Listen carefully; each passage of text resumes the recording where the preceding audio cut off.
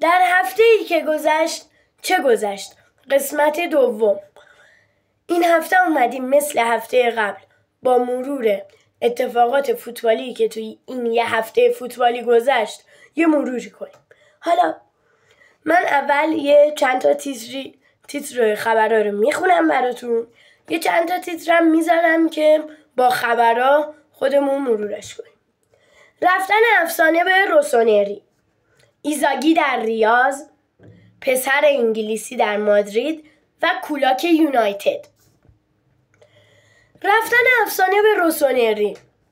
افسانه مادریدیا یعنی لوکا مودریچ که هفته قبلم با خبر خدافزیش از رئال همینجا بهتون گفته بودم، رفت به میلان و رفت به ایتالیا. توی میلان یه قرارداد 1 ساله بست و بعد از جام باشگاه جهانم از رئال مادرید به میلان میره. یه قرارداد 1 ساله بست و بایدم لذت ببریم از این فوتبالی که تو میلان به ارائه میذاره دیگه، چون به نظر میرسه که آخرین فصلشه که تو اروپا بازی میکنه، یا شاید هم اصلا بعد این فصل خداحافظی کنه، یا شاید هم تو اروپا هنوز بمونه. نمیدونیم، حالا فقط میدونیم که رفت به میلان و امیدواریم که تو میلان هم خوش بدرخشه. کسایی که این اینستاگرام منم دنبال میکنن میدونن که من میلانیم و خوشحالم من واقعا از این خبر. حالا نمیدونم شما چه حالی هستین، حتما تو کامنت ها بهم بگین. خب بریم برای خبر دوم. ایزاگی در ریاض. سیمون ایزاگی سرمربی اینتر که بعد از تحقیر بد تیمش جلوی پاریس سن ژرمن تو فینال لیگ قهرمانان اروپا که اونم در موردش حرف داریم بزنیم، یه اخبار مفصل حرف میزنیم در موردش. بله، بعد از تحقیر تیمش یه قرارداد 2 ساله میگن میخواد امضا کنه با الهلال. حالا خبر تکمیلیش نیومده، خبر نهاییش، ولی به گوش میرسه. فکر میکنم یه 80% ماجرا حل شده، اون 20%ش مونده که باید ببینیم. با یه خبر خیلی جنجالی و شگفت‌انگیز، بمب رفت به الهلال. بعضیا میگن رونالدو میخواد بیاد به الهلال، قرارداد 2 ساله هم بسته ایزاگی با این تیم. میگن که تئو هرناندز میاد، رونالدو شاید بیاد. حالا در مورد رونالدو هم تو اپیزودهای بعد حتما حرف میزنیم.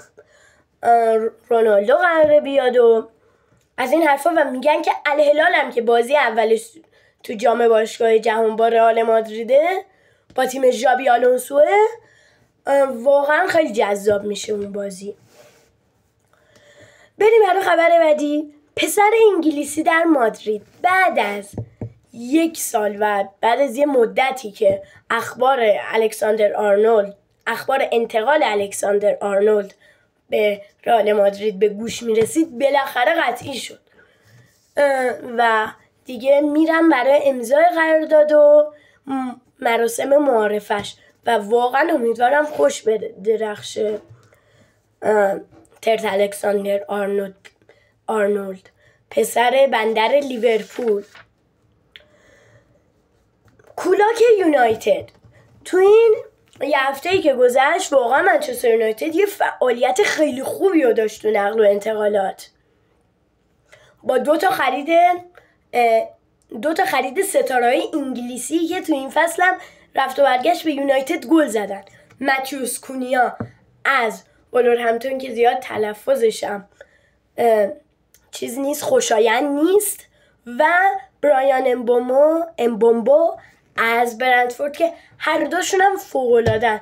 یعنی چیز ما نمیتونیم بگیم از این که ایرادی بگیریم ازشون. هر دوشون تو تیماشون درخشیدن، مگر اینکه منچستر یونایتد ستاره‌ای مثل آنتونی، سانچو اینو خراب کرد، اینا رو هم خراب کنه که من خودم منچستری ام و دوست ندارم هیچ وقت این اتفاق بیفته و دوست دارم بدرخشم. منچستر یونایتد اصلا یه خونه تکونی لازم داره. اونانا باید بره، هویلوند باید بره، زیرکسی باید بره و با وجود شرایط اقتصادی بد باشگاه فکر نمی‌کنیم همچین چیزی حداقل تو این فصل رخ بده، ولی با اومدن 2 وینگر و ستاره هجومی ما میتونیم به این فصل امیدوار بمونیم. حالا مهندس به ناپل میره. یکی از دوست داشتنی ترین خبرهای این اپیزود و این ویدیو این خبر بود که واقعا دوست داشتم به شما سریعتر این خبر رو برسونم، چون خودم هم واقعا ذوق زدم که بازی کوین دی بروینه مهندس منچستریا رو، حالا نمیدونم مهندس به نظر بعضی تونی کروسه، هر دوشون که مهندسن، ولی کوین دی بروینه الان مهندس فوتبال تونی کروسی که خدافزی کرده، ولی مهندس حال حاضر فوتبال که داره فوتبال بازی میکنه به نظرم کوین دی بروینه است. بعد از تونی کروس اون به ناپل میره، به تیم ناپولی، به تیم جذاب آنتونیو کونته با لوکاکو و بازیکن‌های دیگه مثل از اسکات مکتامینی که به خبر قبلی هم واقعا ربط داره به همون ستاره خراب کردن یونایتدیا که بهترین بازیکن فصل سری آ و بهترین بازیکن فصل ناپولی شد.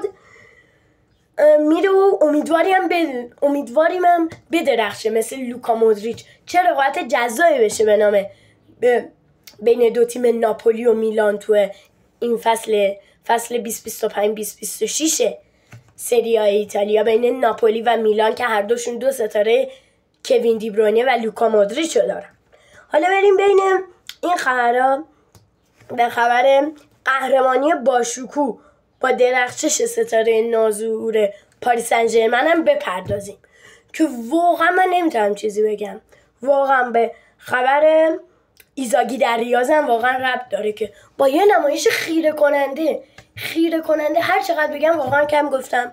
5 زدن شاگردان لوئیز انریکه با دبل ستاره ناظورشون، یعنی دزیر دوی که بعضیا میگن با لامین یامال رقابت داره میکنه و شاید میگن که حتی از لامین یامال هم بهتره. منم به نظرم که واقعا دزیر دوی میتونه برسه به جای خوب مثل نیمار و امیدواریم که این نیمار نشه، ولی خودش میگه الگوم نیماره. نیمار هم فالوش کرده تو این اینستاگرام و بله یه دبل کرد، 2 گل و 1 پاس گل، بهترین بازیکن زمینم شد. عملکرد خوب ویتینیا، عملکرد پرس خوب دمبله با اینکه گل نزد ولی یه پرسی برمی داشت.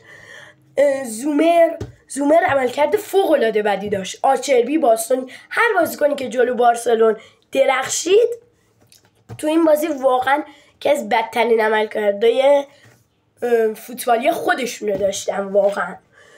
لاوتارو مارتینز، بارلا که خیلی خوبیه، یکی از بهترین هافک‌های حال حاضر جهانه و نمیدونم چجوری بارسلونا ببخشید من یه چند تا سرفم کردم،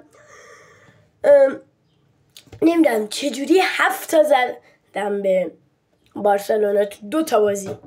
پاریس سن ژرمن هم اومد 5 زد بهشون. واقعا هیجان انگیزه این فوتبال و غیر منتظره. دزیر دوه که از رن فرانسه اومد به پاریس سن ژرمن، رن فرانسه‌ای که فوق‌العاده، رن فرانسه‌ای که خیلی ستاره خوبی رو چیز کرده، به دنیای فوتبال معرفی کرده، مثل کاماوینگا، رافینیا، ستاره حال حاضری که اصلا لایق توپ طلا نیست به نظر من، و همین دزیر دوه که درخشید تو فینال. و بریم برای خبر بعدی. برادر راه برادرش را می رود. جوب بلینگام برادر جود بلینگام که یه تشابه اسمی فوق‌العاده‌ای هم با هم دارن داره از ساندرزلند انگلیس که تو لیگ 2 هم بازی میکنه، تو چمپیونشیپ هم بازی میکنه، اومدن به همراه برادرش هم به پرمیر لیگ، میره به بوندسلیگا و مثل برادرش به دورتموند بازی میکنه. جود بلینگام از بیرمنگام رفت دورتموند، بعد رفت رئال، از بیرمنگام رفت دورتموند. جوب بلینگام از بیرمنگام رفت ساندرزلند، از ساندرزلند رفت دورتموند. حالا بریم برای خبر بعدی. 2 خبر آخر ماست از این فکر کنم 9 خبری که براتون دارم میخونم. فیلیک سنگربان آلمانی رو نمیخواد. واقعا واضح است. تو ایوان گارسیا دروازه‌بان اول اسپانیول دارن میخرنش، میگن امضا و کاغذبازی های لازم انجام شده، میخوان اونو سنگربان اول بکنن و واقعا برای من رئال خوشاینده. شاید عملکرد بعدی داشته باشه. شرزنی رو دارن میندازن میرون، اینیاکی پنیا که اصلا داره له میشه و همینطور ترشگنی که داره دست و پا میزنه تو این اقیانوسی که بارسلونایا و فیلیک 3 دروازه‌بانش رو فرستاده و دارن غرق میشن. نیاکی پنیا که داره خورد میشه، شرزنی سیگاری دوست داشتنی هم که داره اون پای ماینا یه نفسی میکشه و سیگار رو میزنه و اون ترشگن هم که داره دست و پا میزنه. ایوان گارسیا هم که سنگربان جدیده کاتالونیا یا هست. حالا بریم واسه خبر آخر، یه خبر غیر منتظره. خیلی میخوام تو 30 ثانیه این خبر رو تموم کنم تا دیگه خداحافظی کنیم با هم. اخراج قهرمان لیگ اروپا با یه خبر غیر منتظره. آنجه پوستکوغلو سرمربی که لیگ اروپا رو برده بود با تاتنهام و گفته بود که من تو فصل دومم با تاتنهام جام میبرم، بعد از قهرمانی لیگ اروپا هم گفت که من فصل بعد بهتر از این فصل، ولی اخراجش کردن تو یه خبر غیر منتظره. حالا یه سوال دیگه هم داشتم که نظر شما چیه؟ براتون پیج اینستاگرام هم میذارم، حتما هم دنبال کنین. تا خبر دیگه با محسن، خدا نگهدار.